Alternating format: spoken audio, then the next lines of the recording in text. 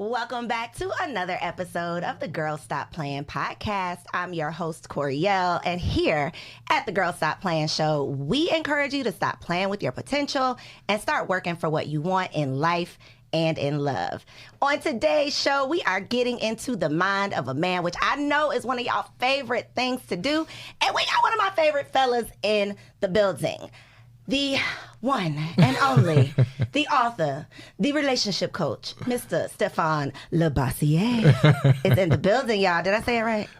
Pretty damn good. I've been practicing for 10 years to get this name right, and I got it a little okay. So I'm proud of myself for that. So listen, for those of y'all who don't know, Stephan and I go like way back. Way back. I mean, I think it's like 2013. Something crazy, 2013, 2014. So to have this full circle conversation is definitely a treat. But before we get into it, we got to get things warmed up, okay? Okay. So we're going to play a little game. You okay. ready? I'm Don't always be ready. nervous. This is a little game of this or that. So I'm just going to name two options and you just choose your favorite. Okay. All right. So do you prefer a private chef or a 5-star restaurant? Private chef. Okay. Are you more of a picnic in the park, date kind of guy, or a helicopter ride kind of guy? Picnic in the park. All right. 112 or Drew Hill? 112. Okay. Would you prefer to date a woman who's a corporate manager or a successful entrepreneur? Successful entrepreneur. All right. And last but not least, for all of the points, Fresh Prince or Martin? Dang, Martin. We need some sound effects. I need some wah, wah, wah. No, that was good. That was good. Okay, you warm? I'm warm. You warm. All right. Warm. I was a little surprised by the Drew Hill thing, but I'm going to let you slide. Let's get into, though, the corporate manager versus the successful entrepreneur. Now, B. Simone got herself in a little trouble. I don't want you to get in any trouble, so think before you speak. Of course, but always. What makes you... I mean, you had to choose one or the other, but what makes you say I would be more interested in dating a successful entrepreneur?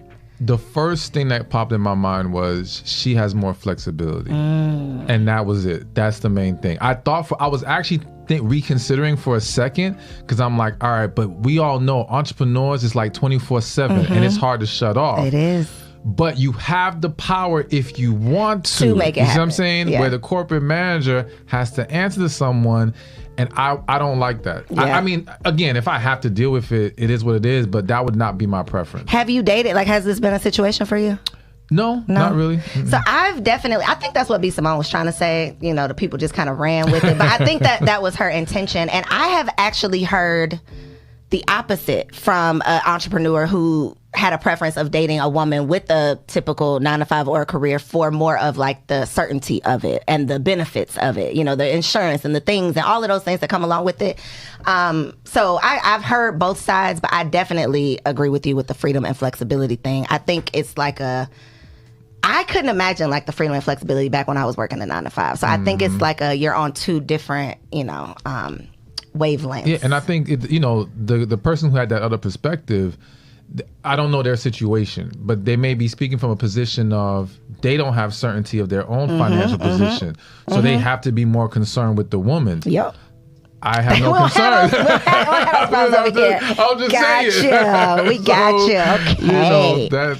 No. Not an issue. No, we don't Not worry an about that. issue. Okay. Yeah. So, with that being said, catch us up. What's your current relationship status? Single. He's single, ladies. Okay, so we're going to get into the shoot your shot section at the end of the show, so stay tuned. Oh, boy. But for now, I want to talk about the work that you do because it's so important. You are a certified relationship coach. I know that you are working with women from all, diverse histories, backgrounds, diverse challenges, but across the board, from what you're seeing right now, is there like a most common issue or concern or challenge that single women are seeking your help for? Okay, seeking. I think the seeking part is trying to just understand men, just trying to understand, like, what does he mean when he says this, or why is he behaving like this? Why won't he want a relationship? That type of thing. That's what they're seeking. What the actual issue is that I see that's common amongst women and people in general is a lack of healing. That's the number one issue. So you may start by asking me questions about that, but if we dive deep into your situation, we start realizing, okay, there's some things from your past you never healed from. And it's contributing to why a lot of women's confusion with men is not because you don't know. It's because you struggle with embracing what you know and accepting your intuition, accepting the facts that's been laid out before you, because you don't want to have to walk away. You don't want to accept that reality. Because again, if a lot of times when you're coming from that place of lack of healing, there's just so many different factors that now play into why you struggle to accept what's really going on here. So to me, I'm really just helping you realize or confirm what you already knew deep inside. I'm not always, like, I don't seek to say some brand new stuff. I'm just saying what you needed to hear. How are women receptive to it? I mean, they obviously sign up so they, respect your opinion, but do you ever feel yourself having to deliver information or a message that is not received well? So they're receptive, but they don't always do the work. They listen, but they ain't gonna do the work. Yeah, so that's the thing, especially with the healing. And again, I know healing is hard, you know what I'm saying? And going through that whole process is not easy, but it has to happen. And when it doesn't, we're gonna keep seeing the same issues. So what are some, I guess, signs, like, for the people who are watching this and they want to become more self-aware, but maybe they're the people, who you're talking about, but they don't recognize that that's them. What are some, like, red flags of things that people say to you and you're like, oh, yep, you probably need some healing? Like, what are some things that we just might not recognize? To me, if you're holding on to very negative perceptions of things or people, you need to heal. Anyone who's healed can start to see the good that exists. It doesn't mean we're blind to the negativity and the toxic energy and everything out there, but we know good exists because now when you're healed, the good in you rises to the top. So if you know you're good, it's easier to believe someone else is good. But when you don't have that in you, if you have negativity dwelling within you, you're going to always see negative in other people. You know what I'm saying? So to me, yeah, negative perceptions, when people are extremely judgmental, all right, to me, that is a sign of you having healed. Again, healed, happy people don't go around trying to judge and condemn everybody, all right? That's not how, if anything, that person wants to stay away from drama, wants to stay away from all these extra negative confrontations. It doesn't mean they would have an issue expressing themselves, but they just don't engage in those things. So when you're so willing to engage in being negative and arguing and being judgmental, you're not healed. You got negative energy inside you that you haven't resolved. You know what I'm saying? And then the other thing is just, for me, it's not what they say. It's just an energy. It's just a spirit. If I'm in your presence and I feel this hardness, I feel this closed off. And I understand people want to say, oh yeah, but if you don't know someone, you're not going to automatically be open. I get that. I think there's a difference between being cautious and observing and being standoffish and afraid and walled up. You know what I'm saying? So I'm not knocking anyone for surveying the situation before they open themselves up, but a lot of people just have walls up. So the people who say, you see the Atlanta quotes, right? Like, it's no good men in Atlanta, it's no single men in Atlanta, it's no straight men in Atlanta. People who say those things, that would be like red flag for you, like this person needs healing or this person may just have a negative mindset. Like, is that what you mean or no? No. So for those, I'm not going to automatically jump to they need healing, because I think a lot of people have been brainwashed. Again, I remember when I first moved to Georgia, people were saying, and they still say it, oh, the ratio's 10 to 1. Ain't no damn 10 to 1 ratio. Like, look at the census data. It's like 1.1 something or 1.2 to 1. And then they say, oh, but men are gay and men in prison. Okay, there's gay women. There are women in prison. Y'all never discount those from the women's side. And then that whole statement, the premise is every woman in circulation is a good woman, but there's only a handful of good men. Yes, but there's only a handful of good men in the circulation of men who are available. That's not true. So is that just a fear-based thing that women tell themselves to make themselves feel better about why they don't have the man that they're seeking? Yes, it's fear-based. It's validation for why there's not success. It's easy to blame external forces as to why I'm not getting what I want, rather than to look myself in the mirror and accept maybe there's something that I need to do differently. It's the same thing. And for anyone who feels some kind of way about that, it's like if a man came to you who was broke and not doing nothing with himself, he said, oh, there ain't no jobs out here. He'd be like, nah, bro, you're just not hustling. You're just not applying yourself correctly. And you're going the easy route by claiming the economy and job. And it doesn't mean that there isn't negative factors in those areas, but people who succeed don't give in to those negative thoughts. Facts. Plain and simple. Facts. So a couple episodes ago, we had Steve Harvey's daughter here, Carly Harvey. Carly Harvey Raymond, let me put some respect on her husband's name, okay? And we talked about the 90-day rule, right? You know, Steve Harvey's book, his 90-day rule, you don't have sex with a man before 90 days. How do you feel about that rule in particular? And then what's your perspective on sex and dating? Okay, so that rule in particular, I'm not a fan of specific rules like that. And don't get me wrong, I get it, because I guess you could argue some of the things that I teach are rules. I just think that hard deadline timelines like that they can be tricky because, okay, you may have been dating him for 90 days, but you don't know him in 90 days because you haven't had the tough conversations. You're not asking the right questions. You know what I'm saying? And even if he lasted 90 days, he may have been acting a fool the whole 90 days. Just because he's still around doesn't mean, oh, now it's time to move forward and get together that way. So to me, it's less about the 90 days specifically, and it's about the work that was supposed to be done in the 90 days. Now, if you complete that work in 30 days and you know what you're getting yourself into and you know what he wants and you guys are on the same page, y'all are grown adults. Y'all can make your choice. But again, it's not the specific time, it's the work. Now, as far as sex and dating, to me, I just think that people have to be honest with themselves about what they can handle. All right. We can go the spiritual route and say, wait till marriage, but we know realistically, most people ain't waiting. And so what I tell women is like, don't sleep with him until you're okay with what happens next. So if you sleep with him today and he doesn't call you tomorrow and you're going to feel cheated and robbed because he didn't call you, you shouldn't have slept with him. That means you slept with him for the wrong reasons. You slept with him because you were expecting something to come out of it. If you sleep with him in the dating phase, it better be because you just want to enjoy this experience. That's how you're feeling. I'm not saying you should feel that way, but that's your choice. And at least now, if things don't go as planned, you don't feel like, oh my gosh, you know, I cheated myself, I lost, you know what I'm saying? Because that can be very discouraging and send women down a negative spiral from there. You know what I'm saying? So to me, it's just be honest with yourself about that, but also be honest about how long you need to have clarity on what's going on here. Sex can cloud judgment. So if you jump in too fast, it can easily mess things up because now you start overlooking red flags that you shouldn't overlook. You know what I'm saying? And here's the crazy thing. People love to act like it's because it's good sex. There are tons, millions, hundreds of millions of women who have held on to men and it was bad sex. All right? The whole good sex thing is a cop-out.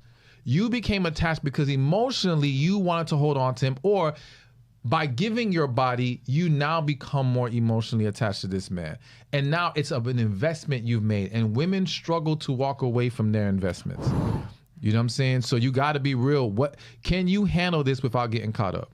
So speaking of investment, I literally put a post up today that said, he told you he was not interested in anything serious.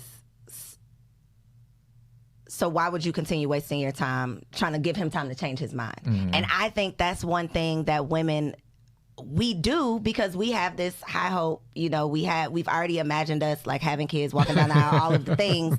We've invested this time. And even though you have told me out of your mouth, this is not what you want, I'm not ready for this is not yada, yada, yada, whatever you've told me, I'm just going to continue to invest, continue to give, continue to hope and pray and think that I can convince you to change your mind. And then I'm just going to be hurt and mad at you when you don't. So how do we get to the root of like, or is it possible for us to get to the root of like this men are from Mars, women are from Venus thing? Because I feel like we are so, like our communication is so bad because you're saying something and I'm hearing something completely different, or I'm hoping that you're saying what I want you to say, and if you're not, I can convince you to change your mind about it. What do we do about that? So I said at this event that I was at recently that too many women are more focused on how they feel than what he said. So he could say, I don't want a relationship, but if she feels, but we could be great together, she will hold on to that rather than his actual words. And I think that the key for men and women to get past this whole men are from Mars, women are from Venus, we have to start to understand we're not wired the same way. And what would do best is if I'm a man My goal is to get more emotionally in tune with you. Because I know that sometimes a woman is not going to always use her words to explain how she's feeling. She wants you to pick up on things because women pick up on things. Women see the details, so they want us to see the details. So we have to work on that. We won't ever be as good as women in most cases, but that's how we will be able to connect with her better. For women, she has to work on being more logical with her approach with him, all right? So he said this is what he said. Now handle it this way. Do not let your emotions control you. You have to learn how to master your emotions. This is where the emotional intelligence comes in. And I think when women start to, again, it doesn't mean stop being a woman, because I want women to essentially walk in their feminine energy, tap into that energy. So I don't want you to go away from that. And embrace the fact that you're an emotional creature. But you have to learn how to turn on that logical mind in those moments where it's going to be applicable. The same way the logical man has to turn on that emotional mind, that being able to get in tune with the spirit in those moments that he needs it. And it's just the craziest thing to me. And I know that you see this all the time, but you can have the most intelligent woman, like at the height of her career, a super successful businesswoman. But when it comes to the emotional side, when it comes to making decisions in relationship, it's like the logic, like you said, it goes out the window. Like all of those book smarts, when it come to your boo, it's like, no, forget what I know. I'm thinking about what I feel or what I want. And that is where we end up, getting ourselves in trouble. And then we blame them for what we allowed them to do. Exactly. And that's why people who give great advice don't always take their own advice. Because once you become emotionally invested, it's like your brain gets scrambled. You just don't see straight anymore. So it's a struggle for everybody in that regard. So one of the things that I think is super hard for women to accept, or it's a fact that they just might not know, so I want you to speak it. How do men see sex? What is sex to men? Because I say this all the time. Like, I have been blessed to have an older brother, the homeboys. I've had these conversations with several men. A lot of women have not had this conversation with a man or heard a man having this conversation. So from a man, how do men view sex? All right, now real quick, I'm just going to say that there's always exceptions to the rule. All right. Go ahead and throw out the disclaimer. And some men are going to see things differently. I think for the majority of men, sex is just viewed as a pleasurable experience. That's it, a pleasurable physical experience. There may be some emotion a little bit in that moment, but it stays in that moment for the most part. It's just not much more than that for the guy. Now, don't get me wrong. And when I say there's emotion involved, I think when he actually likes the woman, he's in love with her, then it becomes something more than just a physical experience, a chance to bond with her, get closer to her. But outside of that, yeah, it's just physical pleasure. Do men have sex with women they don't like? Hell yeah. Look into that camera. Look into that camera and say yeah. Why? Why, Stephan? Oh my why? God. Not only do men, now again, not all men, but not only do men have sex with women they don't like, there are tons of men who have sex with women they're not even attracted to. So again, this is the men are from Mars, women are from Venus thing, because speaking for the majority of women, I can't even fathom a man on top of me that I don't like, I'm not interested in, I'm not attracted to. Like that, why would I do that? You all are totally...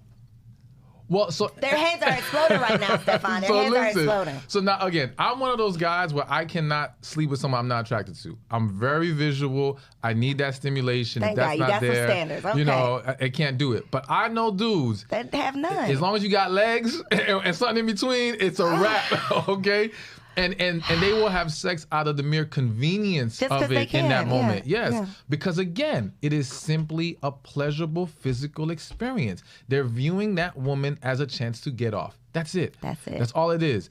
And so, and as far as not liking her, because the reality is that he only has to tolerate her for that moment in time. This is why he may have sex with you, but he won't be in a relationship with you. He won't even pick up the phone the next day, baby. He can't deal with you more than just that moment. But to engage physically, and again, in that physical moment, he doesn't have to worry about having talks with you and all this other stuff. So yeah, he can still enjoy you physically, but not care for you otherwise. So we're going to pause.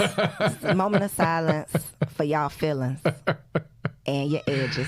Okay. Oh, boy. But I think, though, that, again, that's a major disconnect because women, a lot of times, mistake men wanting to sleep with them with men wanting to date them or court them or be in a relationship. And so I hear, shout out to Kevin Samuels, all right? Kevin said, one of the things that Kevin Samuels says often that I do agree with, though, is that you cannot count the number of men who have tried to holler at you or try to have sex with you as the number of men who are interested in getting into a relationship with you. And so I think a lot of times women are mistaking one for the other and thinking, well, men are interested in me. You know, I am a catch. And just because men are interested in sleeping with you does not mean that you are necessarily what men are looking for when it comes to a relationship. Or so marriage. What's the difference?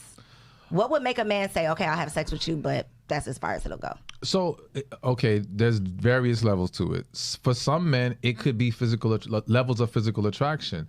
So to put it in a more specific context so people can understand, if his standard for marriage is, I'm only going to marry a woman who's an 8 to 10 on a scale of 1 to 10, but he'll sleep with a 6. He'll sleep with a 5. You see what I'm saying? So there's enough, and maybe she's not that cute, but her body's banging. So he'll sleep with her because he really likes her body. He wants to try it out. I know that sounds horrible, but I'm just, That's a real it is thing. what it is. Let me put that in my notes because we got to come back to that. Right?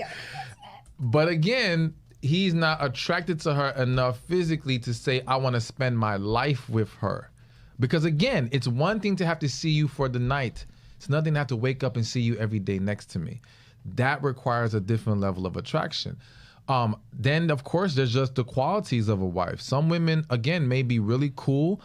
You may even enjoy hanging out with them, but you know you cannot deal with them over the long term as far as marriage. And let me say this. The reality is that women see the same issue or go through the same thing with men. It's just that women are willing to overlook those red flags and still marry that man. Yeah. But then be miserable and unhappy. The man knows, like in a lot, don't get me wrong, plenty of men choose horribly wives and partners. But a lot, like I remember one time in an Uber, a guy said to me, he was the driver, he said, you hear in society, women are always being told the fantasy of the one, waiting for that right guy, all that stuff. But what you see play out in dating and relationships is that men tend to hold on to that principle more than women. All right. Women know of the one connection, but the minute they see something that they want, for whatever reason, yes, I will make this work because this is what I desire right now. Whereas men, if they're just not feeling it enough, they're just not going to do it. And that's why I tell women, it's not a reflection of your value or your quality. Y'all two just don't fit together. He can really see or view you as a good woman, just not for him. So this is not a question that was on my list, but I just feel like because you're hurting feelings and snatching edges, we might as well just snatch the whole wig off. Because I have literally had a conversation with a man. I hope he's not tuned in. It's not my man, y'all. A man, not my man. But I've had a conversation with a man who has, going back to like the 90-day rule thing and men trying to fit into women thinking that they're being in control and, controlling how things are going, but men really having the big joker, like really, pulling the trump card. But I was having a conversation with a man who talked about a woman who had like a 90-day rule and she had verbalized it. Big mistake. So she talked to him about it. She's holding him to this standard and he literally told me, like, yeah, I just did what I had to do to get to the 90 days, just basically to get her back for playing games with him. Playing games with him. Like, he did all of the right things. Told me this out of his mouth, that he did all of the right things, had these conversations, like took her out, did all of the things to play the game. So what is your advice for women who are watching for the red flags, asking the questions, like thinking that they're doing their due diligence, and then they're just dealing with like a fraud? So I'm very skeptical of any situation that proclaims that this man just fooled you the entire time. I always say a lot of times women don't get played, they play themselves. All right? Girl, stop playing. They see something. They pick up, and even if you can't say you saw something specific, they sense, yes, they felt like something's not right. But again, they try to ignore it. So to me, you've got to be strong as a woman in the sense of accepting your intuition. Stop denying it. Stop running from it. And if you're spiritual, you've got to go to God and pray about the situation and asking God, not just looking for signs, hearing it in your spirit, like, this is what I need to do right now. Because again, I don't think anyone's that good of a liar. I think that you let someone talk enough, they're going to expose themselves. You just have to know how to keep them talking. And so that requires conversations, asking questions, diving deeper, because it's very easy for people to either, when they give you a BS answer, you can sense it, or they just dance around the situation or dismiss it altogether. You know what I'm saying? So, and then there's just certain questions that men will and women will expose themselves on. Like if you ask a dude questions about handling finances in a relationship, he's very likely to tell you straight up what it is. So if you don't like the way that he does things, you don't have to keep guessing. You know what I'm saying? But you just have to have those conversations. But we tend, when I say we, society tends to be scared to dive deeper early on. It's like, well, I don't want to run this person away. Yeah, but it's like, yo, if they run away because you're diving deeper, they're not for you. Exactly. That's the way you weed them out. Yep. And that was literally a question that I have here, because women do have such a hard time asking questions because they don't want to be annoying. They don't want to push too much. They don't want to turn you off. So how do you toe the line between being interested and being inquisitive and digging deep, but not like being annoying? Again, annoying is a perception based off of likability. Basically meaning, let's look at it from a woman's perspective. If 10 guys DM a woman right now, hey, you're beautiful, right? And you look at them dudes and all 10, they don't like them. So to you, they're annoying, they're thirsty, whatever. Mr. 11 says the same thing. Hey, beautiful. But you like this dude and now you're flattered. This is cute. It's not the action. It's how much you like them, and as well when it comes to women, it's the energy that you're giving off when you're asking these questions. That's true. If you're asking with an energy of interrogation, of being hard and having an attitude, and that can happen when you ask the question because you're expecting a negative answer. You can't go into the conversation expecting something bad. You have to go in, believe either clean slate or believing something positive, but prepared for something negative. You see what I'm saying? Because when you prepare for negative, you project that. And that's the energy that's making you come off annoying or what's wrong with her? Nah, she got problems and now I don't want to deal with her no more. So what are some of those red flags that women can be showing that they might not recognize, or that you don't know that you're presenting? Like, I might talk too much, but I don't know that I talk too much. I might say the wrong things. Maybe I'm not talking too much, but I'm telling everybody all my business on the first date. Like, what are some of the, give us the game. Like, how can they get past, we sick of these first dates, Stephan. We got to get past number one. Again, I think, remember, like somebody once said, rules are for people you don't like. So basically, when we like the person enough, we're way more flexible. So again, we have to understand that some of this is just based on the fact that it just wasn't clicking like that. There's no way around it. You can't force anything to happen. But one thing that popped in my head when you were asking that was, and I will say this, I think the average man doesn't even pay attention to this. I pay attention to this, and I still think it's something that women should be mindful of, is when he is talking, are you jumping in before he even finishes? Are you over talking him? Now, people will say, well, I'm getting excited. I don't mean to cut him. No, but it shows you're not presently listening. And if I'm talking to men, I'm telling them that's a red flag they need to be mindful of. Because now what's going to happen is, as you go further in that relationship and y'all having discussion, she don't listen no more. She always overtalks you, always jumps in, cuts you off, and that's going to cause a problem. And so now... I wanted to say something, but I was holding it in. And that's where a lot of things go wrong, because then what happens is, and it's a crazy thing, because so the woman kind of dominates the conversation in that way, jumping in, cutting them off. And a lot of men, instead of correcting that situation with her, letting her know this is not acceptable, they cower to it. And now they end up becoming more silent. But then that only pisses her off even more, because now you're not talking. Why aren't you opening up? So it just creates a snowball effect of negative problems, and it's like, it's just not worth it. So it needs to be nipped in the bud as early as possible. And of course, that goes for both sides. Both people need to learn to listen when the person is talking. Let them finish, then make your statement. So with that being said, do you recommend therapy for any relationship, for relationships that are moving towards marriage? Do you not recommend therapy? Like, what role do you think therapy plays in a relationship? Absolutely. Everyone should be doing therapy. I don't care if you're single, dating, married. Like, I hate the idea that people think, well, why should we go to couples therapy if we're just in a boyfriend-girlfriend relationship? Well, because you want to be more than that. Exactly. And even if you don't want to be more than that, it's to help you have a healthier dynamic. So one way or another, if you're going to remain in this situation and there are problems and you guys have not been able to resolve those problems amongst each other, then go to a third party.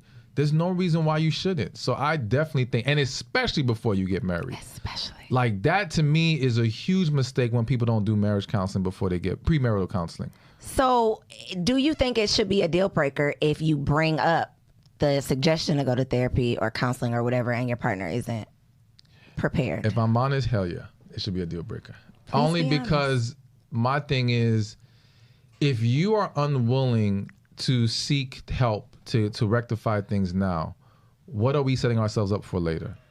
Or we're gonna, because we can't always do this ourselves. We're gonna need help sometimes. You know what I'm saying?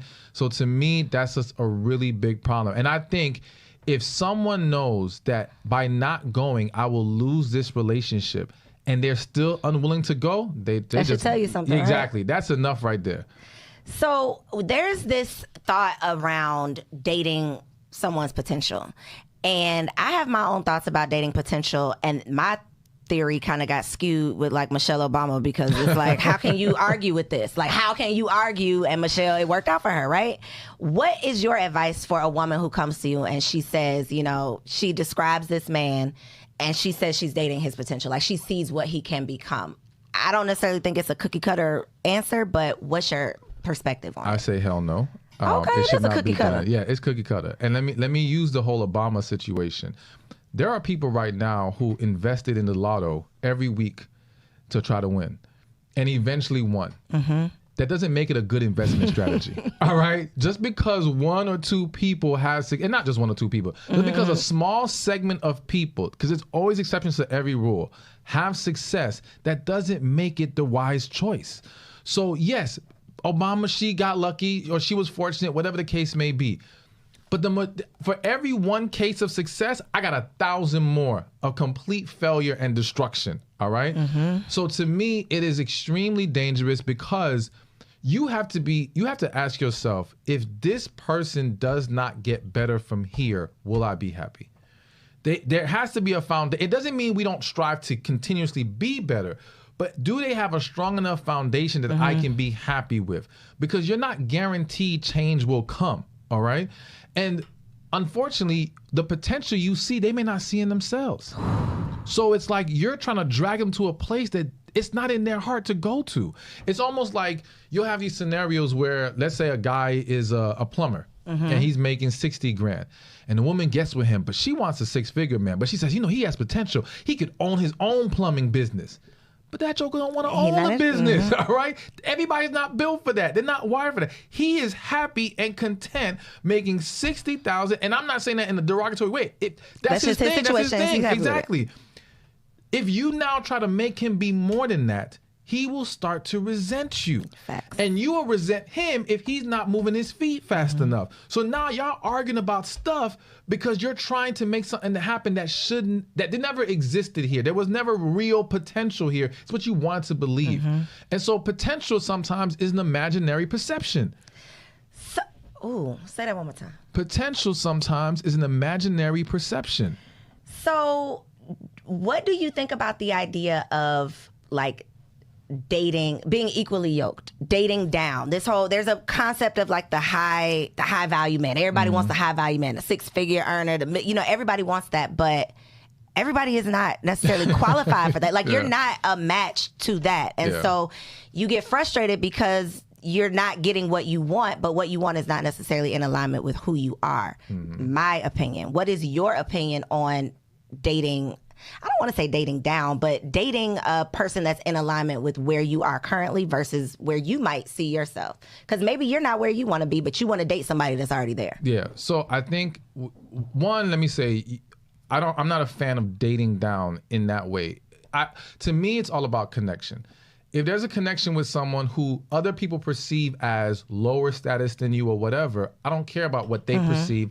I don't even care if you've been brainwashed to see it that way. If there's a connection, you should embrace it. If there's not, you should walk away. But I think the way people need to look at it, I'll give an analogy. There's tons of people who want to have a G-Wagon, right? And when they dream about having a G-Wagon, they're only thinking about the luxury of having it, the enjoyment of having this nice car. But what you don't realize is when you go to buy it, that payment's gonna be serious. That maintenance is gonna be serious. There's a level of stress that might come with this car. So you have to ask yourself, am I willing to do the things that it takes to even maintain this? All right. Now, if you get to the dealership and you realize this G-Wagon is too much for me, all right? And now you find you a nice Honda, all right, that drives what you need to do, and you're happy in your Honda. To me, you didn't date down. You didn't downgrade in your car. You found what was best for you. Yep. What works for you. There's this middle ground of where I can be happy with what I'm receiving, and I'm happy with what I have to give in return. You see, a lot of women, when they think about quote unquote high value men, they're only thinking about what I'm gonna receive. They're not considering what I'm gonna have to give. A whole lot. Exactly. And it's like, yo, there's nothing wrong with saying, I don't wanna give all that. So let me go be with a man who's in that range that I can have that trade-off that I'm happy with. And two, having a type. How has, in your experience with women, how has their type been either helping their situation or hurting them being able to find who they're looking for? So I want to put it like this. I think there's nothing wrong with having a type in regards to what you're attracted to is what you're attracted to. I think it's problematic when it's like... Is that true? What you're attracted to is what you're attracted to? Yeah, I do think. Like physically or just period overall? I think in a lot of different ways. It could be physically, it could be emotionally. There's various things that you're going to be attracted. So for example, me as a man, so I think, one, we have to understand that I believe we all have internal wiring. Like some people think you live life and you become who you want to be. No, I believe you are who you are from day one. You have to live life to figure it out and then live that to the best of your ability. So what I've come across is like, there are some women out there who like a lavish lifestyle, all right? Love taking care of themselves, getting their hair done, nails done. They love that. And there's some women who don't want to deal with that at all right? Now, I'm attracted to the women that like taking care of themselves, that like that lifestyle. So to me, there's not going to be an attraction to, there might be a physical attraction to that woman who doesn't like doing those things, but can we sustain that over the long run? That's the problem. So let's flip it. If you're a woman who likes to live a nice lifestyle and you compromise and say, I'm going to get with this frugal man. Like I knew a couple who the woman likes nice things, and the man was one of those dudes, if he found a couch on the corner, he dust it off, take it home, we got a new couch. Not going to work. All right? Not going to work. And over time, it would piss her off. And now you being pissed off turns into you don't want to sleep with him right now because you're annoyed. That turns into him having an attitude. You see, and again, it's a snowball effect. We overlook these small things that we don't fit in, and we don't realize how that turns into the big issue later. So to me, going back to the whole attraction thing, I do think there's certain types of people, there may be certain physical attributes that people are naturally attracted to, but where the type comes into a play where it's a problem is when you hold so strong to it, you ignore the fact that sometimes we're attracted to people who didn't fit our type. All right. You have to be flexible in that way. You can have your type, but understand it may not always play out that exact way. So as a man may love tall women, right? But if he comes across a short woman that he's drawn to, has a connection, everything's great, it would be foolish to overlook her because, well, she's not my type. You see what I'm saying? I think for women, though, the type thing comes down to more than physical. Oh, absolutely. I mean, only because I think for a lot of women end up in this revolving door when it comes to relationships where it's a new man, but the same situation over and over because of their type. Not they look alike, but it's the type of, the way that he picked you up, what he said to you, the type of conversation he has, that type. And that is what gets us into trouble a lot of times because that type is usually based on the butterflies, the bad boy thing. That is what is fun and exciting, not the bugaboo, not the one that's saying, the nice, sweet Well, you know what? things. So I actually was speaking to somebody in my DM. Actually, it's going down in the DMs? Public figure needing some help. And we had this conversation because she actually recently left a really good guy because she typically likes a bad boy, whatever. And I explained to her, I think society mislabels what's really going on here. The issue isn't that women like bad boys or men who treat them poorly. They like masculine men. All right? Plain and simple. If you are a man who can be loving, respectful, nice, all that stuff, but still be masculine, you're going to get women left and right. They're going to still love you. All right? Are there some women who may have this you know, let's say she just likes a hood dude and he has to be a hood dude. But listen, I've met women who she may have dated hood dudes her whole life, but if she meets a dude who has that masculine energy and doesn't look exactly like the hood, she's still drawn to that man. Gotcha. I think it's the masculine energy. So what women have to understand is and that's why you have to be flexible and realize it's not the type, it's the energy, it's the attraction, it's those fundamental things that you have to now evaluate, because there are tons of good masculine men. You don't have to have the dude who treats you like crap to have a masculine man. You know what I'm saying? And it's the same way women will say, oh, well, men just want hoes.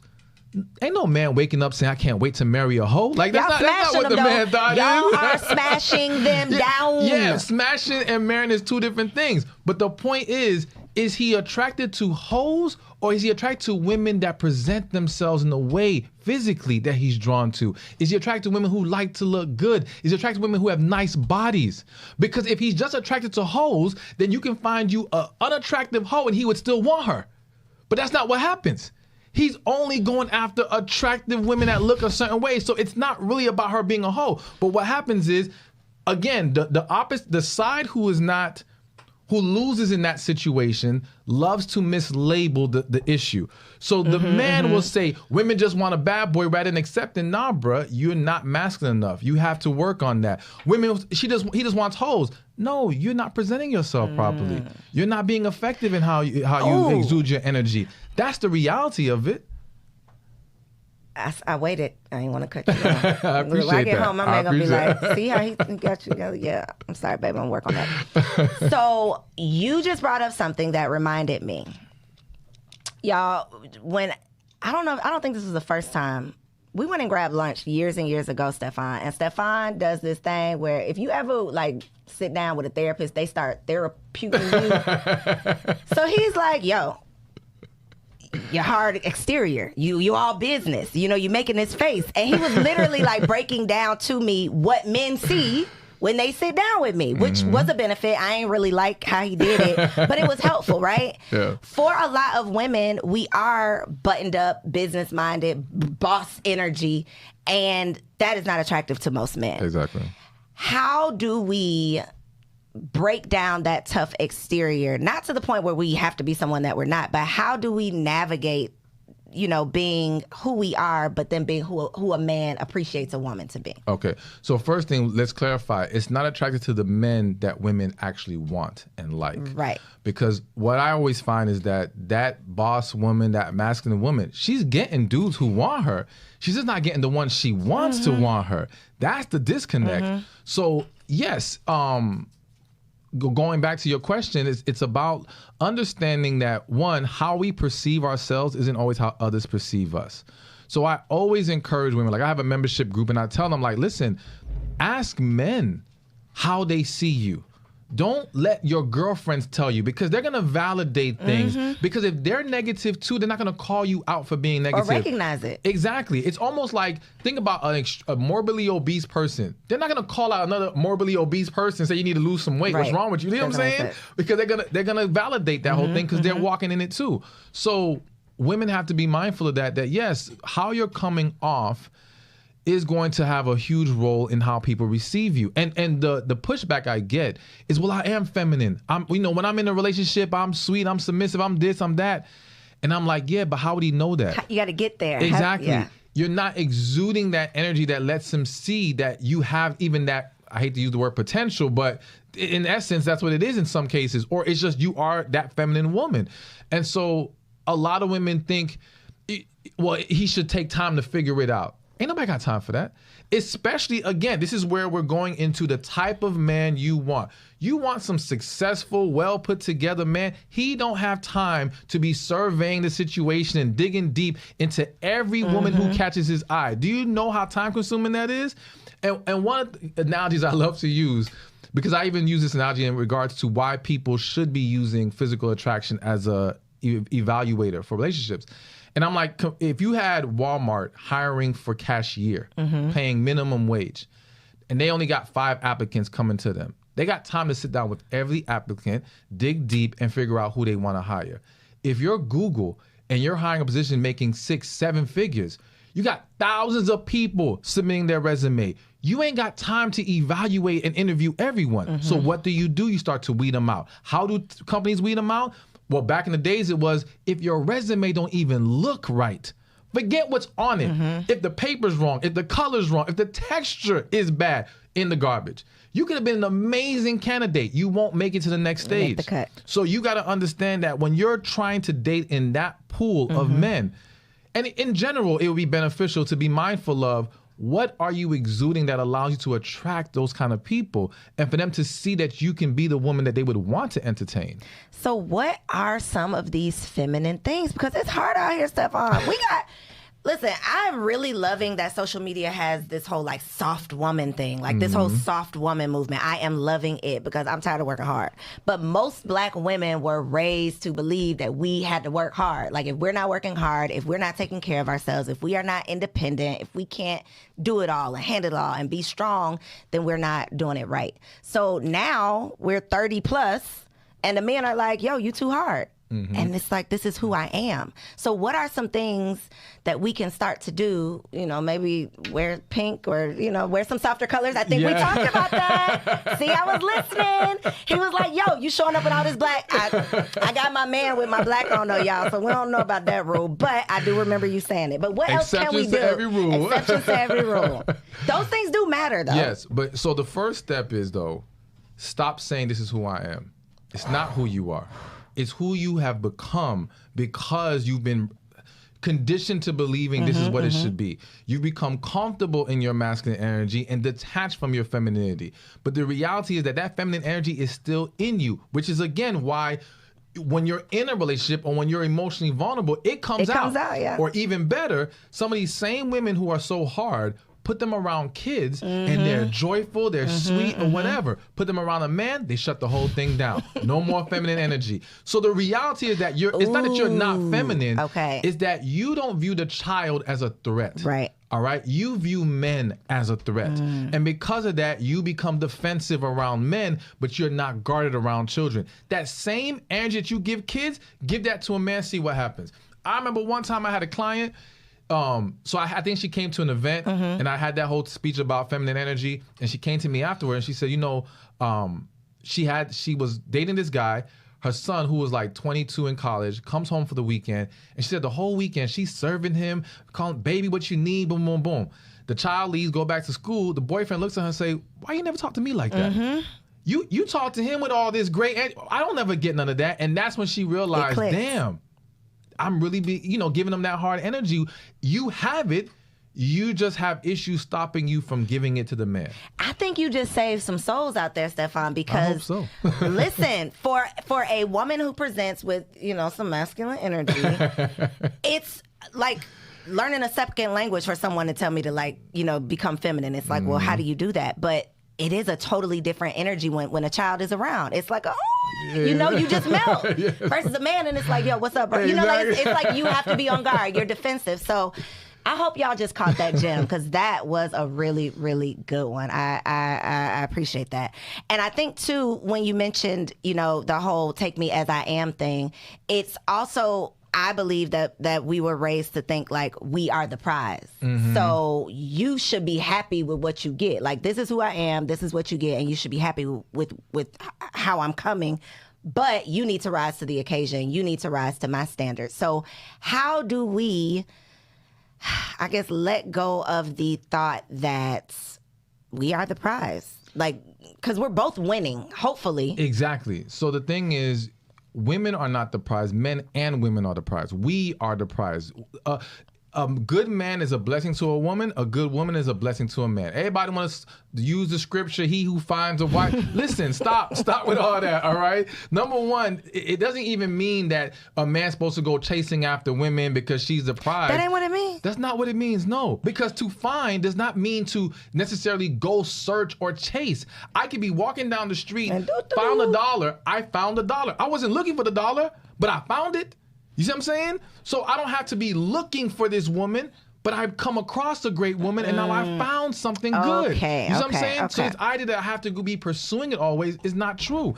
And again, that's how it is too. Y'all don't be looking for wives. You just, there's one. Some men are. Listen, I know some men in Atlanta, 6-figure earners talking about they can't find a wife. Bring them down to the studio because I got the ladies for them. Stressed out. They're like, it's a struggle. But again, it's a struggle because certain attributes are being overlooked, in my opinion. All right. But to go back to the whole men seeking out and well, how do we get into that again? We're talking about us both being the prize. Yes. All right. So I believe that whole I'm the prize is a very toxic mindset. It's a very sabotaging mindset because again, what women don't realize is, especially if you're trying to date quality men, there's a lot of different angles to look at. One, you can't build a healthy relationship if it's one-sided. And what women who believe in this whole men should chase women fail to realize is, when you look at relationships where the man had to chase, in most cases, what happens is after he finally gets her, he stops the effort. Because to him, if I did all this to get you and now I got you, now it's my turn. I done did all this chasing. Where's the return on my investment now? But because she's so conditioned to him doing all the work, she doesn't know how to step up in that way. So now it becomes lopsided. And now, or because she doesn't want to lose him, she's now the one-sided relationship. She's doing everything and he's sitting back. How you start is how you finish. You start one-sided, you're going to end one-sided, all right? You want this to make a mutual effort, you have to start from the beginning, a mutual effort. But also there's the layer of understanding. If you're dating a quality man, y'all have to understand. I don't want women to get into the mindset of competition, but you do have to be aware that there's another woman who will show him that attention, who will show him she wants him. There's a book, I always forget the name of the damn book, but there's a book that surveyed married couples after they got their marriage license. And there was a bunch of questions, but they asked the men, why did you marry this woman? And one of the most popular answers they got was, because she liked me. And what that means is, men are so accustomed to having to do all the work. When a woman actually shows interest and desire and matches his energy, he's drawn to that. Men want to feel wanted too. So if he has to always be the one to do everything, he's going to burn out at some point. He's not going to be able to sustain that. And again, if he has other women showing him more interest, why would he choose you over them? Which is why, if you ever see a situation where a man is dating two women, one is the crazy woman and one is the more good, chill woman, who does he usually choose? Crazy. Crazy. Why is he choosing the crazy? Because she like him so much. Exactly. It's not because she's crazy. It's not because he loves drama. It's because she makes him feel wanted. Where the other woman says, well, no, he's supposed to chase me. He's supposed to come at the... All right, well, then that's why he chose her.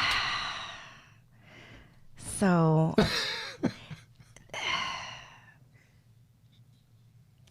Y'all, I'm like, that might be part 2. That might be the next episode because that really is like the round and round, merry-go-round, and we end up with results that we don't want, and it's because we are, I guess, not self-aware enough to know those things, are not willing to be honest enough to recognize those things, but. It's a tough pill to swallow when you have to realize that you actually got to do some work on yourself so that you can show up and be in alignment to this man that you want to be a match to. Absolutely. And I think the other problem is like the mentality of when he shows me enough, I'll do this is a problem. Even with the whole feminine energy, like I've seen, there was a quote, I forgot who quoted it, but there was like, a woman is going to be feminine to a man who makes her feel safe and all these things. And don't get me wrong. I do believe that a masculine man naturally pulls femininity out of a woman. All right. However, if you're making it his responsibility for you to be feminine, you lost. You should master your own femininity. The approach should be, I will always be a feminine woman, and once a man shows he's not worthy of it, I will remove myself. Not, I'm going to come in hard, and once he shows me enough, then I'm going to be feminine. By that time, he left you. He's gone. Anymore. Exactly. Yeah. But the ones who will be interested, toxic men who don't got nothing going on for themselves, men who will overlook your hardness because they're looking to gain in other areas. They need you for stability. They need you for a place to stay. They need you for your car. All right? We can go on and on. Those men will tolerate all those things because they value the other stuff. But to the man who has it, He doesn't care about that stuff. So the fact that you can keep getting a man, if it's a bad man, that's literally proof to you of what you're putting out, because that's what you're attracting. Well, I'll say this, because I do believe it's not always about what you attract, it's what you entertain. So there is a matter of, because I think, Thank you could be an amazing woman. You're going to attract some bad men. But if you keep entertaining them, that does speak to an issue going on within you. You see what I'm saying? So I ain't mad at you because that's what you're attracting, but why are you entertaining it? But yes, if all you attract is that, that's it, that's a problem too. You see what I'm saying? Wrong, yeah. Because if you are a woman that's exuding the right qualities, you're going to be able to say, I do meet good men. Even if you say, I haven't met a good man that I wanted, that's fine. But to say you're not meeting any, that's a problem. Red flag. Yes. Flag on the play.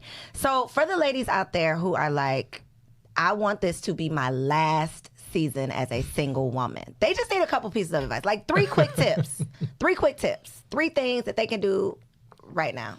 All right. I mean, besides all of the gems you've already dropped. I mean, because it encompasses everything we talked about. Healing is number one. You know what I'm saying? That's the foundation of it. So they want things to change, they have to heal. There's just no way around that. All right. Number 2 is tap into your feminine energy. Women who tap into their femininity, they start winning, plain and simple. And not only does it get you the potential of relationship, business will get better.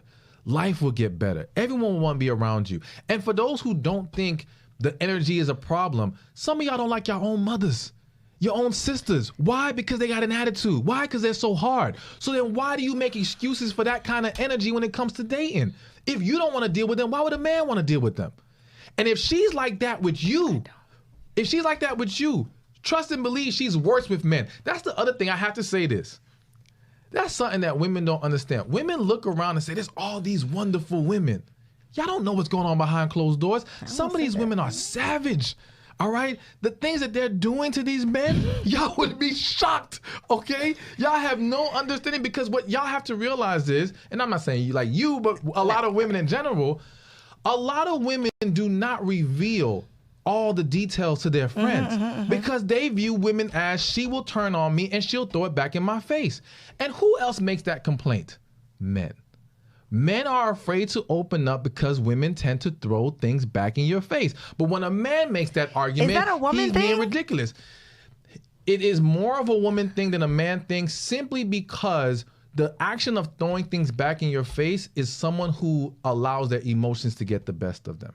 And because women are more emotionally wired, they're more susceptible to having those moments. All right. So they just get caught up and then it comes out. And then they pull back once the fog clears. It's like, damn, what did I just say? Shouldn't have said that. It's more likely. Now, do men do this? Of course, because there's a lot of men who have not mastered their emotions. There's a lot of broken men. So I'm not saying that men don't do it, but because women are emotionally wired, they're more susceptible to having a moment where they lose sight and they throw things in your face or whatever. And again, y'all have experienced that as girlfriends. So why do you think she's so much better with a man? She's gonna be worse with a man because she's more emotionally invested. The more emotionally invested you are, remember what I said earlier, once you're emotionally invested, the brain kind of scrambles. Yep. That's why you have to master that aspect. So healing, tap into your feminine energy. And this next one may not apply to everyone, but learn how to talk to and listen to God. Ooh. Plain and simple. So many women would save themselves so many headaches if they just listen to God. So many women would not end up in the wrong relationship if they just listen to God. There are situations where women might have met a great guy, and I believe in right person, wrong time, and things didn't go right now. And again, emotionally, they let that get the best of them and say, all right, forget him, and then they end up getting with some other dude. Not only getting some other dude, maybe even getting pregnant by the other dude, right? But if you would have prayed and talked to God, he may have told you just to chill out because he knows it was coming back around. And when there's a connection, it always comes back around at some point. Let me not say always, but 99.9% of the time, it's going to come back around. The problem is, what have people done in the meantime to either allow you two to come together later or make it even harder? But again, aside from that, in general, it's just learning how to get in tune with your spirit, hearing God, letting God guide you. Because listen, my advice, other people who give advice, it's great. I want you to consider it, but I still want you to go back to God and pray about what you heard and see what applies to you. Yes. Look, we'll drop the mic on that one, but not really, because you got to let the people know. You said you have a membership. I'm sure they want to get in because they need more of these gems. So let them know where they can find you online, how they can get your books, all that good stuff. All right. So you can get into my membership going to receivingmyblessings.com. Come on now. Receivingmyblessings.com. Join today. There's gonna modules on tapping into your feminine energy, healing, hearing from God. Basically everything we talked about. All right, finding your purpose. All of that is in the program. We do lives twice a month. It's amazing. So check it out, receivingmyblessings.com. And on Instagram, he is at Stephan Speaks. Correct. Y'all, we are at Girl Stop Pod on Instagram. Make sure you are following us. Like, comment, subscribe to the show. And make sure you share this episode with a friend who wants to make this their last single season. Thank y'all so much for tuning in. I'll see you next week. Peace out. Girl, hey, I hope you enjoyed that video. This channel is all about encouraging you to stop playing with your potential and start working for what you want in life and in love. So make sure you hit that subscribe button so that you'll be notified when the next video drops. And comment below and let me know what you want to see on the next video. Peace out.